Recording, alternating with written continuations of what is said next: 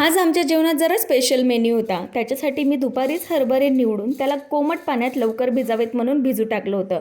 आणि ना ही एक चिवताई आहे जी आपल्या सगळ्या मैत्रिणींसोबत माझ्या घरात रोज येते. मग ह्या चिवताईसाठी मी माझ्या तुळशी वृंदावनापाशी ना छान तांदूळ टाकून ठेवते, म्हणजे त्या येऊन फस्त करतात. आता खूप सारा स्वयंपाक करायचा होता, वेगवेगळे आयटम्स करायचे होते, म्हणून संध्याकाळची सगळी कामं पटकन उरकून घेतले. पीठ आणून 2 दिवस झाले, पण डब्यात ओतायचा काही मुहूर्तच येत नव्हता. मग त्याला ओतून ठेवलं. वेदू आता स्वतःच्या हाताने खायला लागले. हां, सवय होतपर्यंत थोडं सांडवेल, पण खातीये स्वतःच्या हाताने. आणि सगळ्या भाज्या वगैरे निवडून ठेवल्यानंतर मी इथे वाटण पण वाटून घेतलं. माझे हरभरे पण छान भिजले होते. आणि हे ना मी रेशनिंगच्या तांदळाचा आज जिरा राईस करणार होते, कारण इंद्रायणीचा जरा गिचका होतो.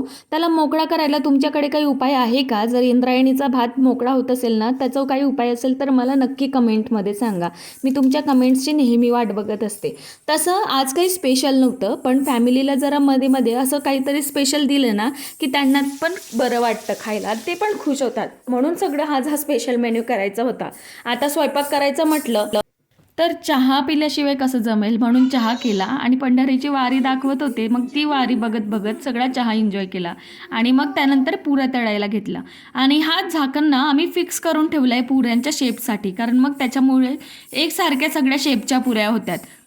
आई बाबा गेले होते शेतात, ते येतपर्यंत सगळ्या पुऱ्या मी तळून घेतल्या आणि छान टम्म अशा माझ्या पुऱ्या झाल्या होत्या.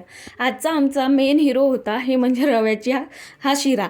माझ्याकडे काजू नव्हते म्हणून बदामानीच काम चालवलं, पण छान झाला होता हा शिरा. चला, तुमचा आजचा मेन्यू काय होता मला नक्की कमेंटमध्ये सांगा. भेटू पुढच्या व्लॉगमध्ये. बाय.